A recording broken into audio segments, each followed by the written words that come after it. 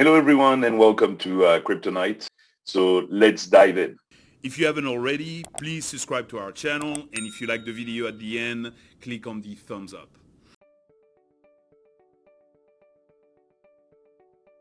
Hello, and welcome to Kryptonite, the crypto investor channel. I am Boris, so let's diving into taking profits. Today, we're looking at how we're going to be able to take some profits, especially as we are approaching the end of the bull market. It's a very important question, and you don't want to miss out on making money because obviously the crypto market is cyclical, and you're going to have time where it goes up rapidly. And after a while, when it goes parabolic, unfortunately, it's followed by a crash and usually a bear market. And the way it works is it goes slowly into waves, going up, going down.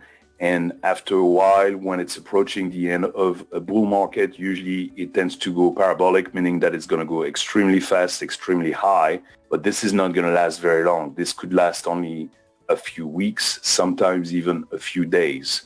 So you don't miss out on that, because if things go up 20, 30, 50, 100% in a matter of days or weeks, and then it corrects by, let's say, 30, 40, 50% or more, you don't want to be regretting that you didn't take any profits and that you're back to where you were at, or even worse, you actually end up losing some money.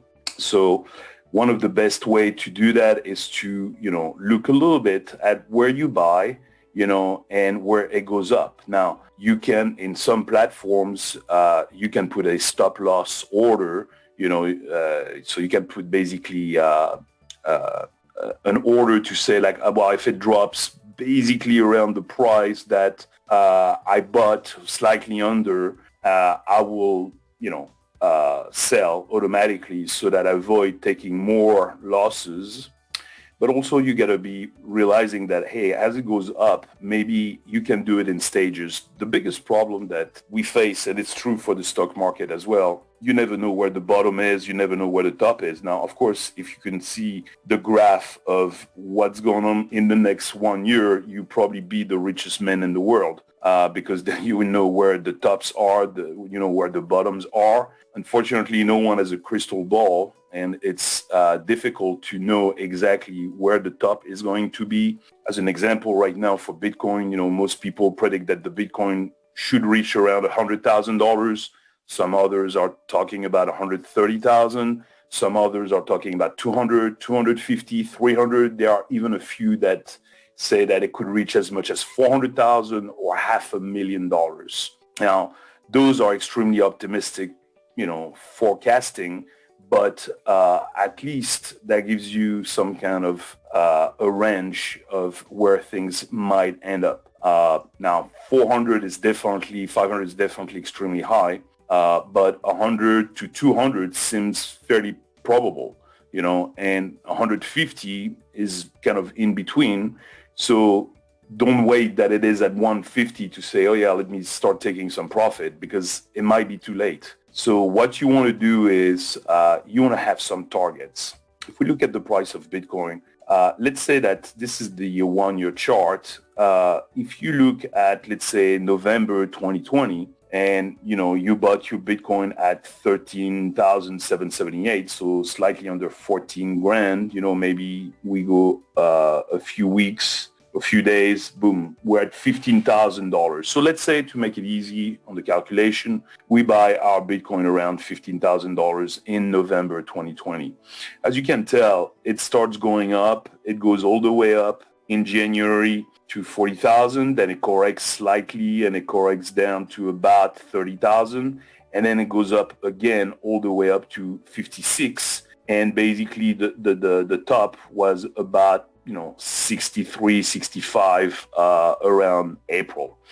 So one great way to start taking profit is to say, I'm going to have some goals for myself. And they got to be realistic goals. If you buy the Bitcoin, like I said, around 15K, you probably say, you know what, if I double or triple my money, that starts being a pretty good number. So maybe at that point, I need to start taking some money off the table, and I need to start taking some profit. So, as it goes up, maybe you don't know that, 40 is a little light. You were hoping for 45. You didn't take any profit. But as it goes back up here, you see when you reach 46 in February, that would have been a perfect time to say, hey, let me sell 10% of my position.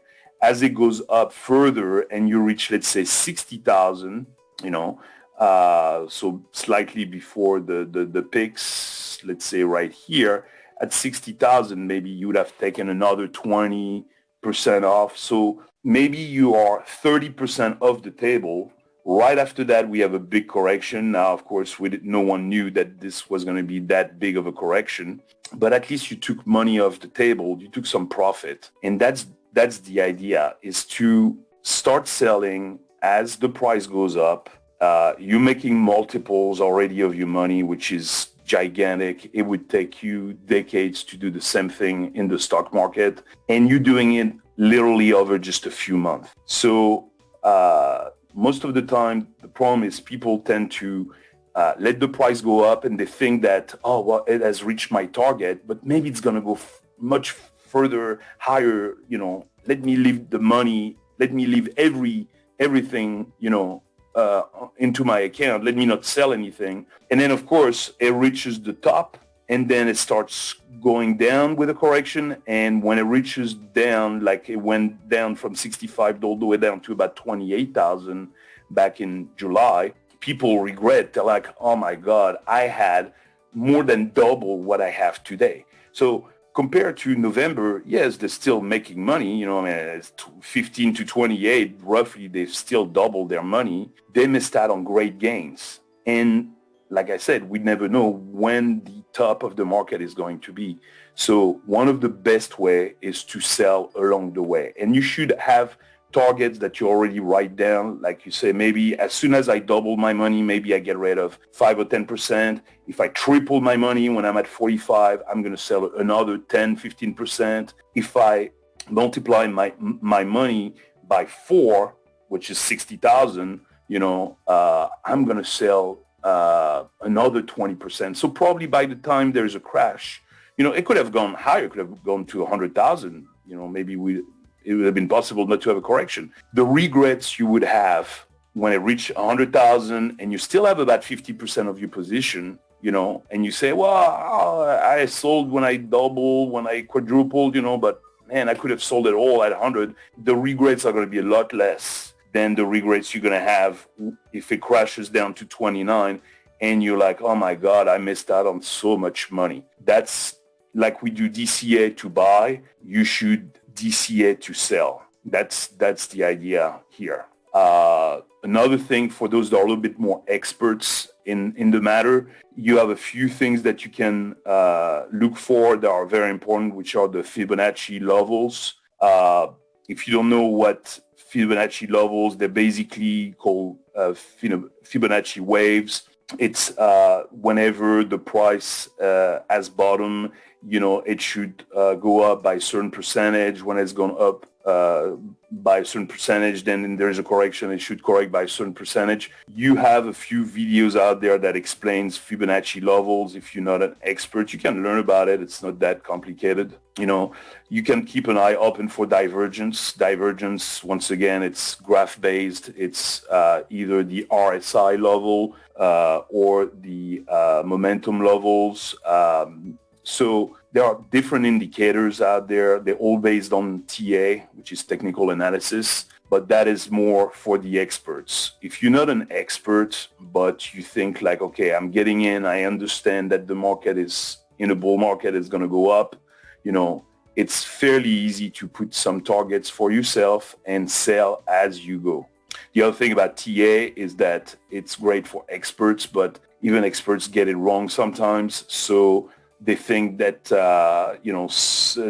it should correct or it should go up because of a technical analysis, and sometimes the market is actually driven by news and not by technical analysis. So nothing is 100% bulletproof, but what is for sure is you should be always taking some profits as things go up.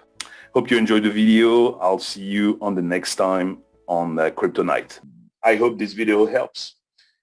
Thank you for watching. Have a good day. If you haven't already, please subscribe to our channel, and if you like the video at the end, click on the thumbs up.